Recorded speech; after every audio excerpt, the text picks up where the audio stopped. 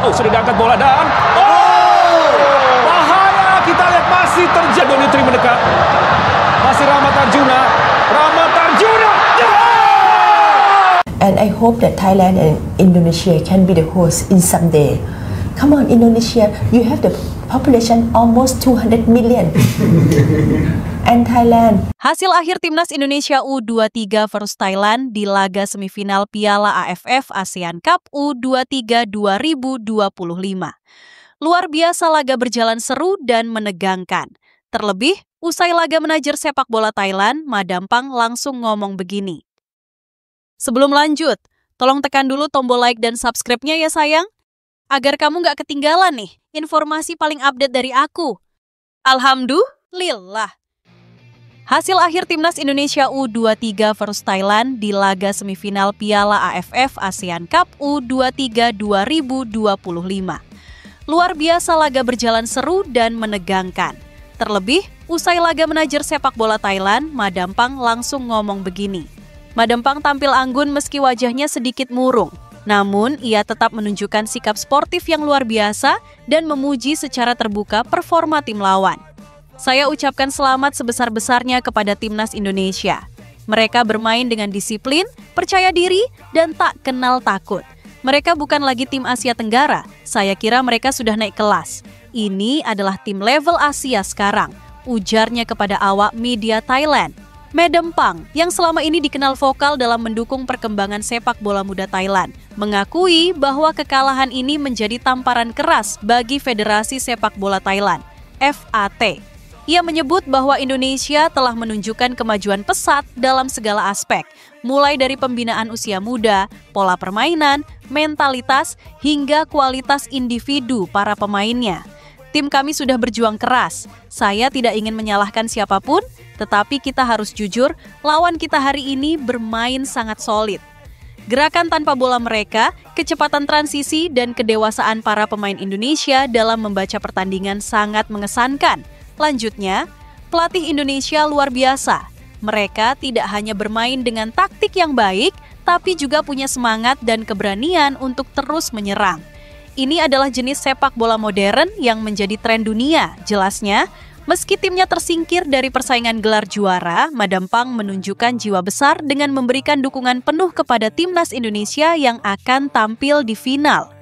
Sebagai sesama negara ASEAN, saya mendukung Indonesia untuk memenangkan final nanti.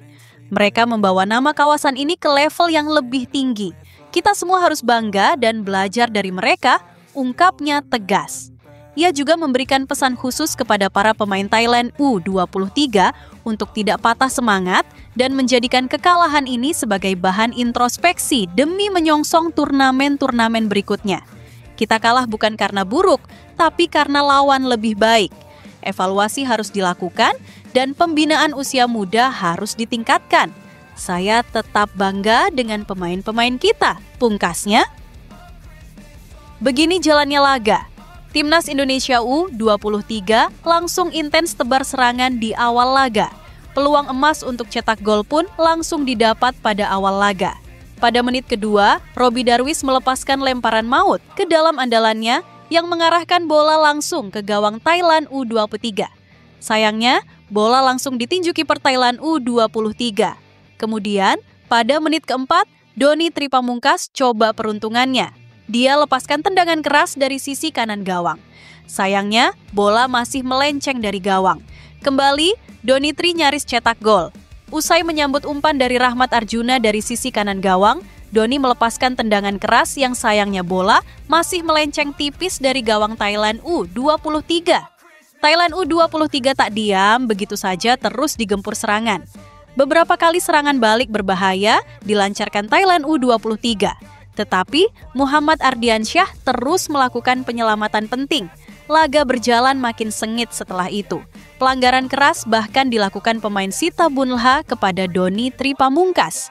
Tetapi wasit tak memberi kartu apapun. Robby Darwish kemudian terkapar di lapangan usai benturan keras dengan pemain Thailand U23 saat berduel di udara. Beruntung, kondisinya tetap baik saja sehingga bisa lanjutkan pertandingan. Banjir kartu kuning tersaji setelah itu. Dua pemain Thailand diganjar kartu usai lakukan pelanggaran keras kepada Muhammad Ardiansyah dan juga Raihan Hanan. Di sisa waktu pertandingan, Timnas Indonesia U23 masih terus menyerang. Tetapi, tak ada gol yang tercipta, skor 0-0 bertahan hingga akhir laga. Wow, sangat fantastis. Venezia fix jual Jay Itzes, harganya sampai ratusan miliar. Venezia mematok harga sangat tinggi untuk Jay Itzes. Berapa?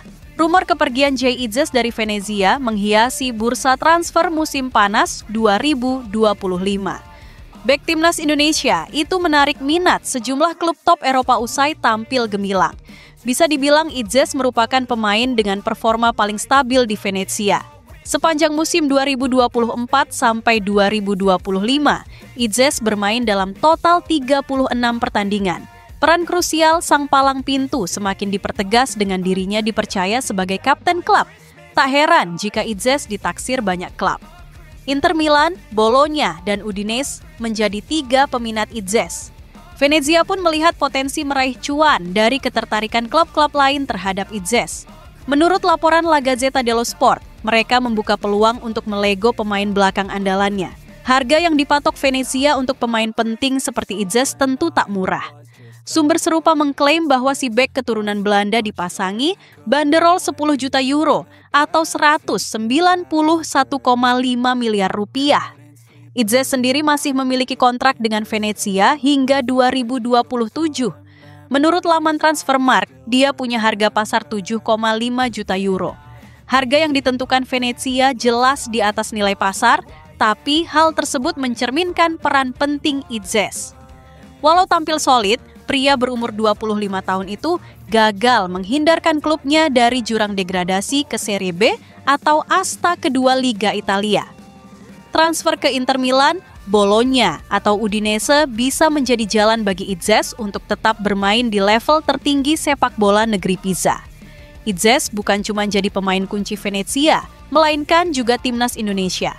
Dia sukses membawa Scout Garuda melewati putaran ketiga kualifikasi Piala Dunia 2026 zona Asia. Indonesia lolos sebagai penghuni peringkat keempat grup C setelah meraih 12 poin dari 10 pertandingan. Namun, perjalanan Jay Itzes DKK menuju putaran final masih jauh. Mengejutkan, Persik Kediri. Diam-diam sudah punya 31 pemain, datangkan gelandang Timnas Indonesia yang terpinggirkan.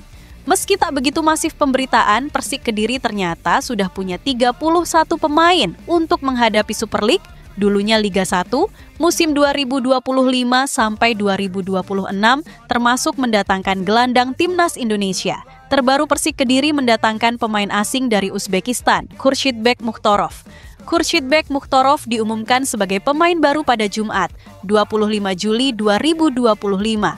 Ia berposisi seback bek dan akan berduet dengan Kiko Carneiro dan Lucas Gama, Lukau. Sepak bola Indonesia sangat menarik. Liga di sini sangat kompetitif. Saya berharap bisa cepat beradaptasi dan segera bermain bersama tim Persik Kediri, kata Mukhtorov. Semoga saya bisa membantu mencapai tujuan yang telah ditentukan manajemen Persik. Semoga semua berjalan dengan baik, katanya.